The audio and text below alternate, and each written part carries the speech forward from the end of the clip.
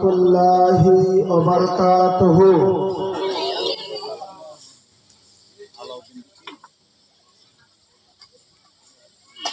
আমার ভাইরা, আপনাদের যথেষ্ট কষ্ট হয়েছে, আমারও হয়েছে আজকের পরিস্থিতির উপর ভিত্তি করে। আমি নিজেও বুঝতে পারছি এই কিনকিনে ঠান্ডা, তার মধ্যে তো আপনারা এসে বসে আছেন। সভাপতি সাহেব বলে দিয়েছেন আপনাদের উপর নির্ভর করবে কতটুকু বসে থাকবেন। আমি নিজেও জানি কষ্ট, তবে কষ্টের প্রতিফল আল্লাহ রাব্বুল আলামিন বান্দাদেরকে বেশি দেয়। একটাবার সুবহানাল্লাহ বলেন। আমি আপনাদেরকে বলে দিচ্ছি আবার সহ, খালি সভাপতির আরো সম্মানিতর পরে আমি সময় 1 মিনিট নষ্ট করতে চাই না। আমি খুতবাটাও আজকে পড়বো না, এজন্যই পড়বো না, সময়ের মূল্যায়ন হিসাবে, আপনাদের কষ্ট হিসাবে আমি খুতবা না পড়ে শুধু একটা শব্দ দিয়েই খুতবা শেষ করছি। আলহামদুলিল্লাহ, আসসালাতু আসসালামু আলা রাসূলিল্লাহ, আম্মা বা'দ, আউযু বিল্লাহি মিনাশ শাইতানির রাজীম, বিসমিল্লাহির রহমানির রহিম। فإذا بشر أحدهم بالأنثى ظل وجهه مسودا وهو كظيم. وقال النبي صلى الله عليه وسلم ثلاث من كنا فيه وجد بهن حلاوة الإيمان أن يكون الله ورسوله أحب إليه مما سواهما ومن أحب عبدا لا يحبه إلا لله ومن يكره أن يعود في الكفر كما يكره أن يقذف في النار. رواه البخاري أو كما قال عليه الصلاة والسلام.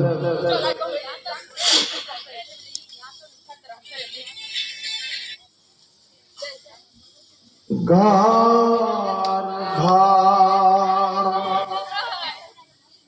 করা বান্দা, ঘর ঘর করা এনে এদিনাহিব যেদিনা ধরিব সকল রই যাব পরি। ও বান্দা সকল রই যাব পরি। কিছু বোঝা যায় না? হাদিসটা বুখারীর, তরজমাটা অসমীয়া ভাষাতে বলছে, না বুঝলে ভিতরে শুনে নেন। দুটি কয়ার বলবো। ঘর ঘর করা বান্দা, ঘর ঘর করা এনে এদিনাহিব যেদিনা ধরিব সকল রই যাব পরি। ও বান্দা সকল রই যাব পরি। বিল্ডিং বাড়ি টাকা পয়সা লড়া ছোৱালী মাক দেউতা যাব লাগিব সকল এৰি।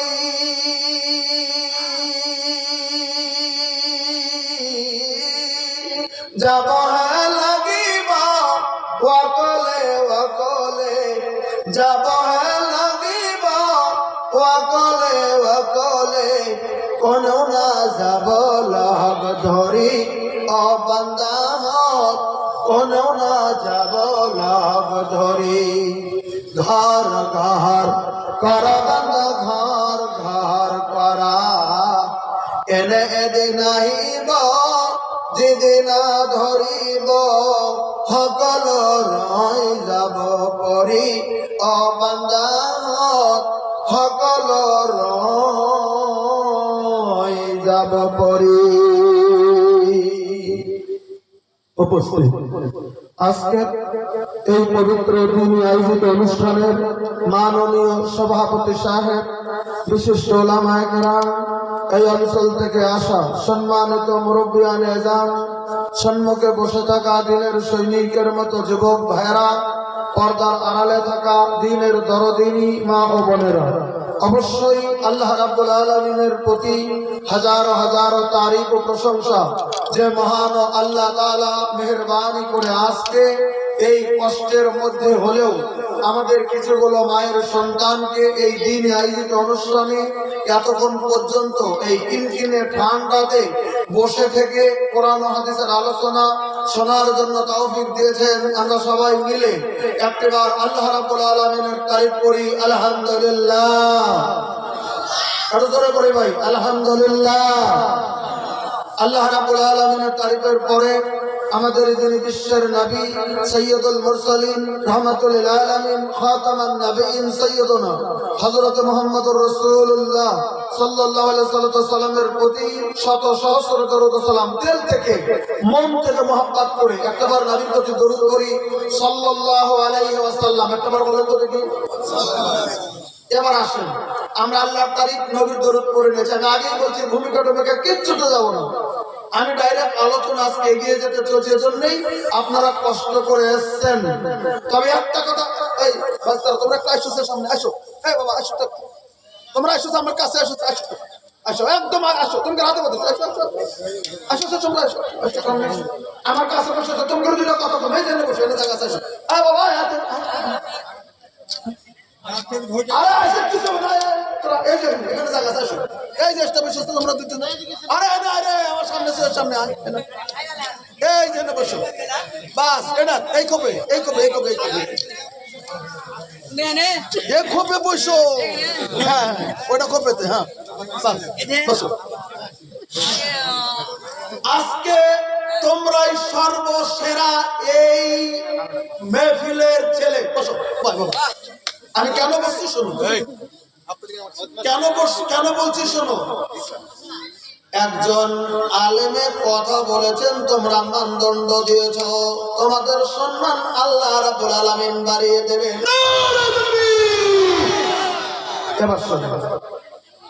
আমি বলছিলাম আজকের যেটা জলসা আর অন্য দিনের জলসা, অন্য দিনের জলসা শোনা আজকের জলসা শোনা অবশ্যই সমান হবে না।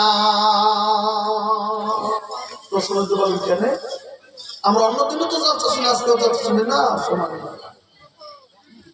আল্লাহ রাব্বুল আলামিনের নবী বলেছেন বাশশির আল-মাশশিনা ফিজ-যুলামি বিনুর-আত-তামি ইয়াওমাল কিয়ামা। আমি যতটুকু আলোচনা রাখবো এই পবিত্র কোরআনে কারীম আর আল্লাহ রাব্বুল আলামিনের নবীর হাদিস থেকে আলোচনা করার চেষ্টা করব। আল্লাহ রাব্বুল আলামিনের নবী বলে দিলেন বাশশির, হে আমার সাহাবা কেরাম, ওই মানুষগুলিকে জান্নাতের খুশখবরি দিয়ে দাও। জোরে একবার সুবহানাল্লাহ বলেন। আল্লাহ রাব্বুল আলামিনের নবী বললেন বাশশির, ওই মানুষগুলিকে জান্নাতের খুশখবরি দিয়ে দাও। পৃথিবীর জমিনে আল-মাশশিনা ফিজ-যুলামি, যারা পৃথিবীর মধ্যে অন্ধকারের রাত্রিতে, কথাটা খুব ভালো করে বুঝে নেবেন, আলোর রাত্রির কথা বলা হয়নি, জ্যোৎস্না রাত্রের কথা বলা হয়নি, এই যে যেদিন পূর্ণ চাঁদ ওঠে সেই রাত্রির কথা বলা হলো না। নবী বললেন আল-মাশশিনা ফিজ-যুলাম, যুলাম মানে অন্ধকারের রাত্রি, আমাবস্যার রাত্রি। এদিকে যদি কিন কিন কিন কিন কিন কিন কিন কিন করে বাতাস বয়, আর যদি কিন কিন করে বৃষ্টি নামে, আর রাত্রিটা যদি আমাবস্যার হয়ে যায়, তাহলে দেখবেন অন্ধকারটা পৃথিবীর জমিনের ভিতরে সে রাত্রিতে ডবল হয়ে যায়। বলেন কথা দেখতে নাই? আমার ভাষা বুঝতেছেন? তার মানে আকাশে তারা নাই, আকাশে তারকা নাই, কারণ মেঘে তারকাগুলি বুঝে গিয়েছে এবং কিনকিন করে বৃষ্টি এক দুই ফোঁটা করে পড়ছে, আর এদিকে কিনকিন করে বাতাস বইছে। আর ওই সন্ধিক্ষণে আমাবস্যার রাত্রি যদি হয়ে যায়, তাহলে দেখবেন রাত্রিটা যেমন অন্ধকারে ছেয়ে নিয়েছে, একটু সম্মুখেও দেখা যায় না। এশারের আজান হয়ে গেল। এশারের কি বললাম কথা না? এশারের আজান হয়ে গেল। এশারের যদি আজান হয়ে গেছে, ওই ব্যক্তি আমার এই মুরব্বির মতো মুরব্বি, ওই ব্যক্তি আমার এই মুরব্বির মতো মুরব্বি, ওই ব্যক্তি আমার বাম দিকে মোল্লা সাহেবের মতো একজন জওয়ান, কিন্তু মনে মনে মনে মনে মনে মনে মনে মনে মনে মনে কয়, আরে আকাশ টসকে মেঘা শূন্য, আমার বাসার রাত্রিটা অন্ধকার হয়ে গেছে, এশারের আজান হয়ে গেছে, আমি কি এবার মসজিদে যাব কি যাব না? কিন্তু লোকটার একটা মাসলা মনে আছে। মাসলাটা কি? মাসলাটা হচ্ছে আল্লাহ রাব্বুল আলামিনের নবী একটা কথা বলেছেন। কথাটা কি? নবী বলেছেন, মান সাল্লাল ইশা ফি জামাতেন ফাকান্নামা কামা নাসফুল লাইল। আল্লাহ রাব্বুল আলামিনের নবী বললেন, সাহাবীরা রে, এই পৃথিবীর জমিনে কেউ যদি ইশার নামাজ মসজিদে যাওয়ার পরে যদি জামাতের সঙ্গে আদায় করে, আমি নবী বলে দিলাম ওই লোকটি যেন আধা রাত্রি দাঁড়িয়ে দাঁড়িয়ে যেন নামাজ আদায় করলো। সুবহানাল্লাহ বলেন। হাদিস একদম সহিহ হাদিস বলছি। এশারের নামাজ যদি কেউ জামাতের সঙ্গে পড়ে, ওই লোকটি যেন আধা রাত্রি দাঁড়িয়ে নামাজ যেন পড়লো। একটা মাসলা হয়ে গেল। নাম্বার 2, ওখান থেকে সে ঘুমিয়ে গেছে, আবার ফজরের আযান হয়ে গেল, আবার ফজরের জামাতের সাথে লোকটা গেল। নবী বললেন, আমান সাল্লাস সুবহা বিজামাতেন, এশার জামাত করেছে, এবার সকালটাও জামাতের সঙ্গে আদায় করে দিল। আল্লাহ রাব্বুল আলামিনের নবী বলেন, ফাকান্নামা কামা লাইলা কুল্লা। আল্লাহ রাব্বুল আলামিনের নবী বললেন, সাহাবীরা রে, ওই লোকটা সারা রাত্রি ঘুমাইলো না, ওই লোকটা যেন সারা রাত্রি দাঁড়িয়ে দাঁড়িয়ে যেন নামাজ পড়লো।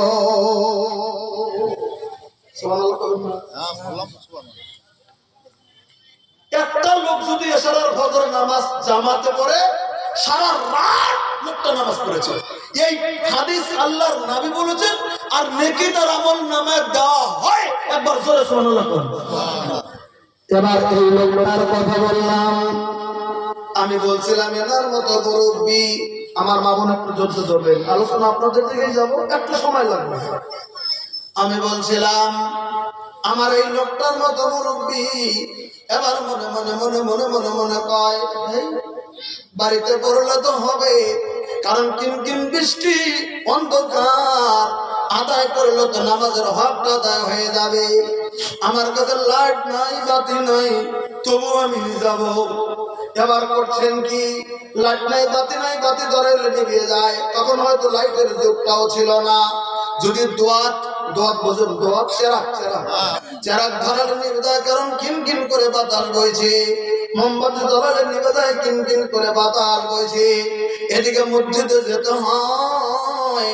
আল্লাহর নবী বলে দিলেন, ওই মুহূর্তে আল্লাহ রাব্বুল আলামিনের যে কোনো বান্দা, সেটা যুবক হোক, বৃদ্ধ হোক, আধা বয়সের হোক, ওই লোকটা যদি এরকম করে দেখে দেখে দেখে দেখে দেখে দেখে একটু জুলুম করে করে করে করে পায়ে দিয়ে হেঁটে হেঁটে হেঁটে হেঁটে হেঁটে হেঁটে যদি মসজিদে যায়, আল্লাহর নবী ওই লোকটা সম্পর্কে বলে দিলেন, বাশশির আল মাশাইনা ফিস যুলাম, যে লোকটা এমন অন্ধকারের রাত্রিতে পায়ে হেঁটে হেঁটে হেঁটে হেঁটে হেঁটে মসজিদে চলে গেল, আমি নবী বলে দিলাম, বেনূরাত তামিয়ামাল কিয়ামা, কঠিন কিয়ামতের দিন স্বয়ং আল্লাহ রাব্বুল আলামিন কেমন করে অন্ধকারে মসজিদে যাওয়ার জন্য কঠিন কিয়ামতের দিন তার সমস্ত রাস্তা আল্লাহ তাআলা নূরে পরিবর্তন করে দেবে। পৃথিবীর জমিন অন্ধকারে গিয়েছিল, আলো থেকে ছিল না, অন্ধকারে গেছিল, আলো থেকে ছিল না, অন্ধকারে গেছিল, অন্ধকারে গেছিল। আল্লাহ রাব্বুল আলামিনের নবী বলে দিলেন, আল্লাহ তাআলা সেদিন বলে দেবে, বান্দারে তুই আমার বান্দা, তুই অন্ধকারটাও মানিস নাই। তুই যদি পৃথিবীর জমিনে আমার নামটা নেওয়ার জন্য তুই যদি অন্ধকারে পা দিয়ে কদম দিয়ে দিয়ে দিয়ে দিয়ে দিয়ে দিয়ে যদি গেলি, লাইট থাকলেও তুই জানাস নাই, তুই হাজারের বদলত তুই জামিনের ভিতরে বুঝে নিয়েছিস। আমি নবী, আমি আল্লাহ রাব্বুল আলামিন থেকে বলে দিলাম, আজকে কঠিন কিয়ামতের দিন ওই অন্ধকারের বদলা আমি আল্লাহ তাকে আলো দিয়ে দিলাম। তাহলে ফজলতটা অন্ধকারে, আজকের জমিনে কিন কিন কিন কিন কিন কিন ঠান্ডা ভাইগা, এমনি সাধারণ দিনে আমরা সাধারণত যত শুনি সেটা তো আলাদা ব্যাপার। পৃথিবীর জমিনে আজকে কিন কিন ঠান্ডা, বাড়িতে থেকে আসতে মনে চায় না। আজকে যে কতটা লোক এসেছেন, আপনারা আসলে আল্লাহর মুহাব্বতে এসেছেন, কারণ এখানে তামসা দেখতে আপনারা আসেন নাই, অরিজিনাল দিলে থেকে মুহাব্বত করে আসছেন। আমি যাব কোরআনের একটা কথা শুনবো, হাদিসের একটা কথা শুনবো, কি জানি গো আমলটা যদি করে নেই, আমি যদি কামিয়াব যদি হয়ে যেতে পারি, এই নিয়তে যদি এসে থাকেন, অবশ্যই আজকের নিয়তটাকে আল্লাহ রাব্বুল আলামিন যদি বরকত দিয়ে দেয়, কি জানি আজকের জালসাটাই আমাদের জান্নাতে যাওয়ার জরিয়া হয়ে যাবে। কারণ কামড় নেই, সেদিন আমি কাওয়ামারিতে বলছিলাম হরিচন্দ্র করে, এই যে আমরা এসছি আজকের জালসাতে, সব জালসাতে সব কথা হয় না, হঠাৎ করে একটা কথা নতুন করে জানতে পারবেন, যেটা আগে দিনের মনে ছিল না, হঠাৎ করে মনে হয়ে গেল। যেমন ধরে নেন, আমি ভূমিকাতেই কথাটা বলে দিচ্ছি, কথাটা আজকের জালসায় কষ্ট করে বসেছেন ওই জন্য বলছি। যেমন একটা যদি হাদিসের আমল যদি শুনে যান আর যদি জীবনের কাজে লেগে যায়, এতে কত বড় লাভ হবে। আমার হাতে যে আছে এটা কি ভাই, যে কটা লোক আছেন একটু কথা বলেন, এটা কি কোরআন শরীফ। লজ্জার কোনো কারণ নাই, কেউ লজ্জা করবেন না। আমি এবার প্রত্যেকটা জালসাতে হাদিসটা বলে দিচ্ছি, ইউটিউবারের প্রত্যেকটি ইউটিউবেই আমার বলা আছে। এই হাদিসটা আমি বলে দিচ্ছি আমলের নিয়াতে। যেমন আপনারা এসেছেন, এটা আমার হাতে আছে পবিত্র কোরআন, বিনা লজ্জাতে বলবেন যে কয়টা লোক বসে আছেন এই কোরআনটা সহি শুদ্ধ করে কয়জন তেলাওয়াত করতে পারেন, কোরআন খতম করতে পারেন, একটু হাতটা তুলবেন। কতকে যারা আছে, 1 2 3, আচ্ছা ঠিক আছে, মোটামুটি 10%, আচ্ছা 20%, ধরে নিলাম 20%। 20% লোক কোরআন তেলাওয়াত করে জানি, এখনো আজকের বৈঠকের 80% আমরা কোরআনটা পড়া জানি না। বলেন কথা ঠিক কি নয়? আমি কি খারাপ কথা বলতেছি? আপনারা জানেন আমরা কোরআনটা পড়া জানি না। দিলে কি কোনোদিন চাই না আল্লাহ রাব্বুল আলামিন যে সংবিধানটা দিয়েছেন আমাদের জীবন গড়ার জন্য, আল্লাহ রাব্বুল আলামিন যে চিঠিটা দিয়েছেন, আল্লাহ রাব্বুল আলামিনের চিঠিটা একবার খুলে দেখি আল্লাহ তাআলা এই চিঠিতে কোন জিনিসটা দিয়েছে। জীবনে কোনোদিন মনে চায় না, কিন্তু এখন চাইলেও বুদ্ধি তো নাই, শিখিনি ছোট বয়সে। ঘটনাটা হয় কি হয় না, এরকম হচ্ছে, শিখিনি কি করবো। আমি একটা বুদ্ধি দিয়ে যাই আজকে, আল্লাহ রাব্বুল আলামিনের নবী এরকম করে একটা বৈঠক চলছে। বৈঠকটা কোন সময় ছিল বুখারী তো সময়টা নির্ধারণ করা হয়নি, শুধু বৈঠকটা চলছে এটা হাদিসের ইবারতে বোঝা যায়। আল্লাহ রাব্বুল আলামিনের নবী আছেন, সম্মুখে অনেকগুলি সাহাবী আল্লাহ রাব্বুল আলামিনের নবীর কাছে আছেন। ইনদামিন সময়ে আল্লাহ রাব্বুল আলামিনের নবী একটা বাক্য বলে দিলেন, সাহাবীদের একটা আমলের কথা বললেন। আপনারা যদি প্রশ্ন করেন কোন আমলের কথা বলছিলেন নবী, আল্লাহ রাব্বুল আলামিনের নবী সাহাবাকরামকে লক্ষ্য করে বললেন, হে সাহাবীরা, শুনো শুনো শুনো, কথাটা কি ছিল নবীর? নবীর কথা ছিল আয়াজু আহাদুকুম আইয়াকরা বিসুলুসিল কোরআনে ফি লাইলা। হাদিসটা বুখারীর ইবারত খুব ভালো করে মনে করবেন। আল্লাহ রাব্বুল আলামিনের নবী বললেন, হে আমার সাহাবীরা, আমি নবী তোমাদেরকে একটা আমলের কথা প্রশ্ন করছি, আজকে দিচ্ছি। আজকে বৈঠকে যারা বসে আছো, হয়তো যোহরের পরে আসরের আগে, আসরের পরে মাগরিব, মাগরিবের পরে এশারের আগে, এশার পরে আলোচনা হচ্ছে। আল্লাহ রাব্বুল আলামিনের নবী সব সাহাবাকে লক্ষ্য করে সেদিন বলেছিলেন, আয়াযু আহাদুকুম আইয়াকরা বিসুলুসিল কোরআনি ফি লাইলা। তোমাদের মধ্যে কি কেউ আছে, তোমাদের মধ্যে কি কেউ আছে যে আমি নবী তোমাদেরকে বলছি, তোমরা তো প্রত্যেকটা রাত্রে বিছানায় শুয়ে যাও, তোমরা বিছানায় শুয়ে যাওয়ার আগে রাত্রির বেলাতে আমার যেটা কোরআনে কারীম, এই কোরআনে কারীমের 3 ভাগের 1 ভাগ তেলাওয়াত করতে পারবে। কেউ কি আছো? হাদিসটা বুখারী। মা বোন হাদিসটা শুনবেন, হাদিসটা বুখারী। কেউ কি আছো তোমাদের মধ্যে কোরআনের 3 ভাগের 1 ভাগ রাত্রে তেলাওয়াত করে শুয়ে যাবে, বা 3 ভাগের 1 ভাগ রাত্রে তেলাওয়াত করবে, এরকম কেউ আছো কি তোমরা? এটা প্রশ্ন করলেন নবী। কাদেরকে প্রশ্ন করলেন? সম্মুখের সমস্ত সাহাবীদেরকে। এই কথা যখন বললেন নবী, রাবী যে বর্ণনা করেছেন হাদিস, উনি নিজেই বললেন যালাকা আশাদ্দু আলাইহিম, এটা নবী যেমনটা দিলেন এটা সাহাবীদের জন্য বড় কঠিন হয়ে গেল আমল। কারণ সারাদিন কাজ করে মদিনার ভূমিতে, সারাদিন কাজ করে রৌদ্রের মধ্যে মরুভূমি জায়গাতে, কেউ বাজারে যায়, কেউ কাজ করে, কেউ দোকান করে, কেউ খড়ি কাটে, কেউ মেহনত করে, কেউ কামলা দেয়।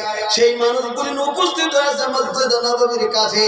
আর তারা কেমন করে এশারের নামাজের সময় বাড়িতে হয়তো আসে, আবার এশারের নামাজ পড়তে হয়, তারপরে বাড়িতে যেতে হয়, তারপরে কিছু খেতে হয়, বিবির সঙ্গে দুটি কথা বলতে হয়, তারপরে কেমন করে কোরআনের 3 ভাগের 1 ভাগ তেলাওয়াত করবে। কারণ কোরআন কয় পারা? 30 পারা। তাহলে 3 ভাগের 1 ভাগ কয় পারা হবে? 10 পারা। এই 10 পারা কোরআন পড়া তো সহজ আমল নয়, বলেন কথা ঠিক নয়? আল্লাহ রাব্বুল আলামিনের নবী যখন বলেছেন সব সাহাবী আল্লাহ রাব্বুল আলামিনের নবীর দিকে লক্ষ্য করে ফাকালু, এবার সাহাবীরা জবাব দিলেন নবী গো, আমি আপনার কাছে রিপোর্ট দিচ্ছি গো নবী, আমরা সবাই মিলে বলছি আইয়ুনা ইউতিকু যালিকা ইয়া রাসূলুল্লাহ। ও আল্লাহ রাব্বুল আলামিনের নবী, আপনি যে আমলটা দিবেন এটা কার জন্য সম্ভব হবে গো নবী? এটা কার জন্য সম্ভব হবে না হুজুর, এটা কঠিন। আমরা রাত্রে বিছানা শোয়ার সময় যদি এটা রেগুলার করে আমরা কেমন করে 10 পারা করে শুনি তেলাওয়াত করে আবার বিছানা শুব, হুজুর এটা আমাদের জন্য সম্ভব হবে না হুজুর। কার জন্য হুজুর সম্ভব হবে? কঠিন হবে হুজুর। কথাটা যখন নবীকে জানিয়ে দিলেন, আল্লাহ রাব্বুল আলামিনের নবী তখন বললেন ফাকাল, হাদিসটা বুখারীর গুরুত্ব দিয়ে শুনেন। তখন আল্লাহ রাব্বুল আলামিনের নবী বললেন ফাকালা কুল হুয়াল্লাহু আহাদ আল্লাহুস সামাদ সুলসুল কোরআন। আল্লাহ রাব্বুল আলামিনের নবী বলে দিলেন সাহাবীরা শুনো, আল্লাহ রাব্বুল আলামিন পবিত্র কোরআনে কারীমে যে সূরা নাযিল করেছেন, ওই সূরাগুলির ভিতরে একটা সূরা আছে, সূরার নাম সূরাতুল ইখলাস। আমরা যাকে বলি কুলহুর সূরা। আমরা কোন সূরা বলি ভাই? কুলহুর সূরা। সূরাটা কি? বিসমিল্লাহির রাহমানির রাহিম। কুল হুয়াল্লাহু আহাদ আল্লাহুস সামাদ লাম ইয়ালিদ ওয়া লাম ইউলাদ ওয়া লাম ইয়াকুল লাহু কুফুয়ান আহাদ। এই সূরাটা হচ্ছে কুলহুর সূরা। এবার আপনারা বিনা লজ্জাতে হাত তোলেন, সূরাটা কার কার মুখস্থ আছে দেখি একটু দয়া করে। লিল্লাহি তাকবীর। সবারই মুখস্থ আছে।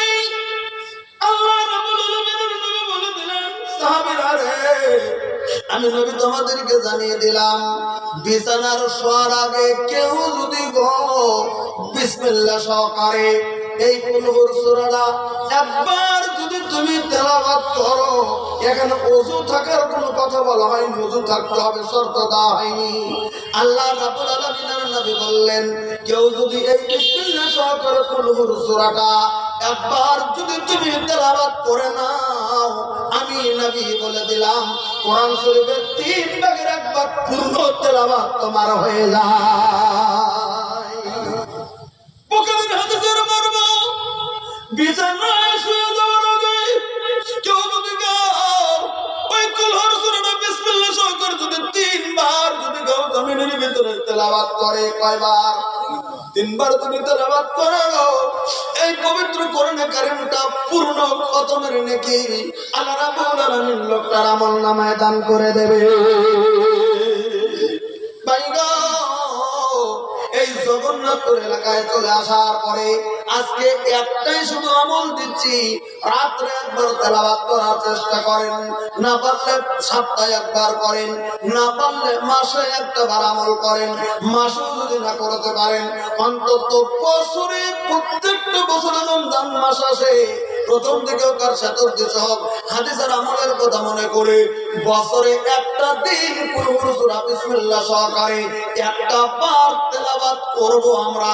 এই আশা নিয়ে একটা দুজন কি হাত তুলতে পারবেন? একজন দুজনকে বলছি, নারায়ে তাকবীর, হাতটা নামিয়ে দেন। আল্লাহ যেন আমাদেরকে কবুল করে। একবার সুবহানাল্লাহ জোরে বলেন।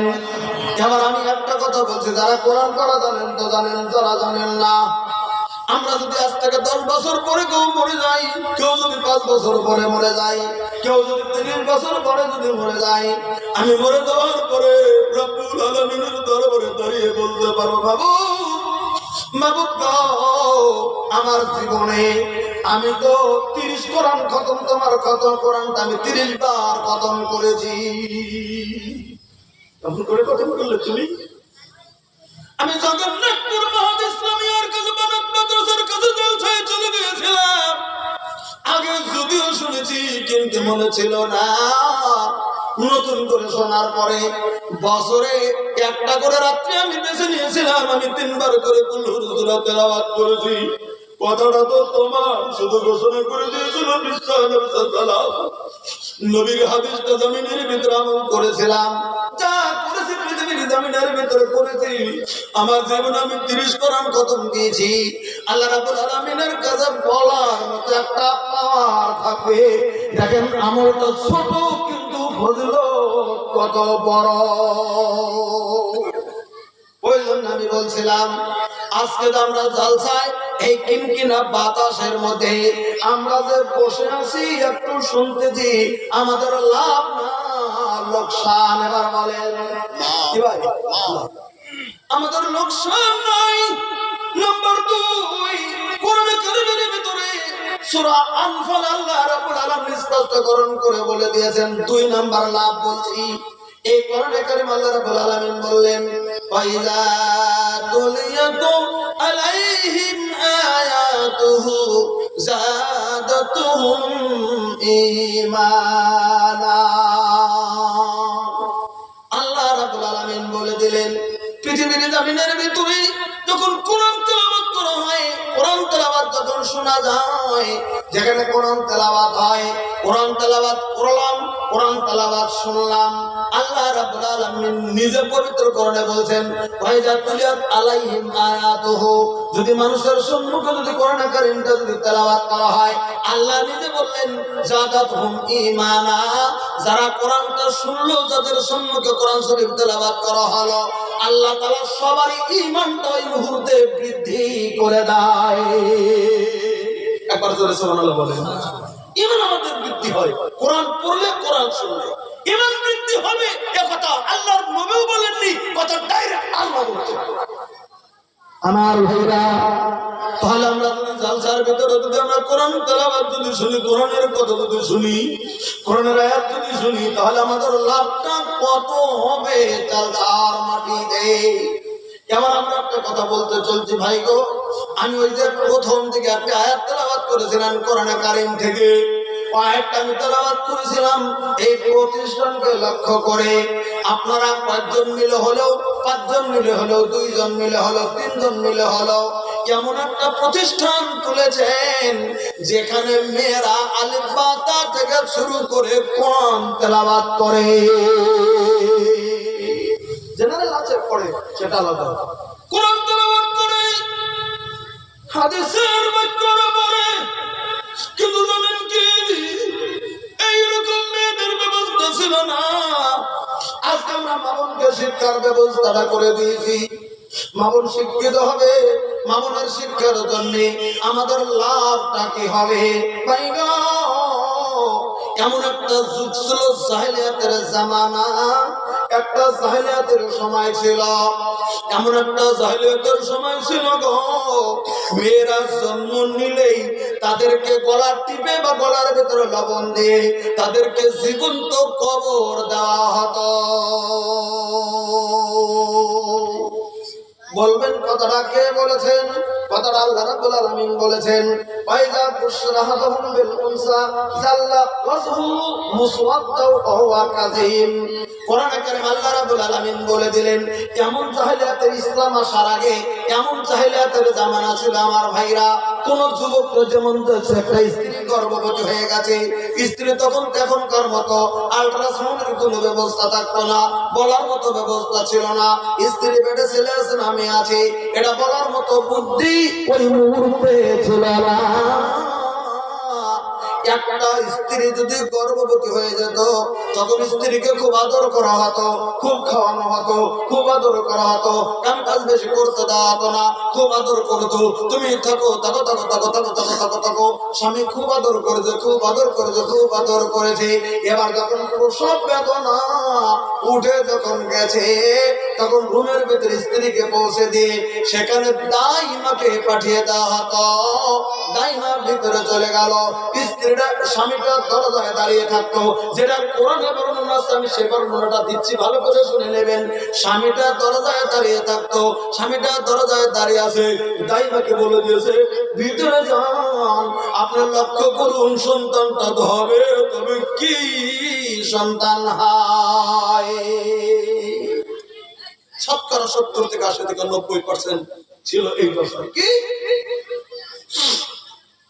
ওই যে স্ত্রী রুমের ভিতরে আদরের বিবি কষ্ট করে যখন সন্তান প্রসব হলো, যদি ছেলে সন্তান হয়ে যেত তাহলে আদরের সীমা নাই, কত কি উপঢৌকন দিত তার কোনো সীমা থাকতো না।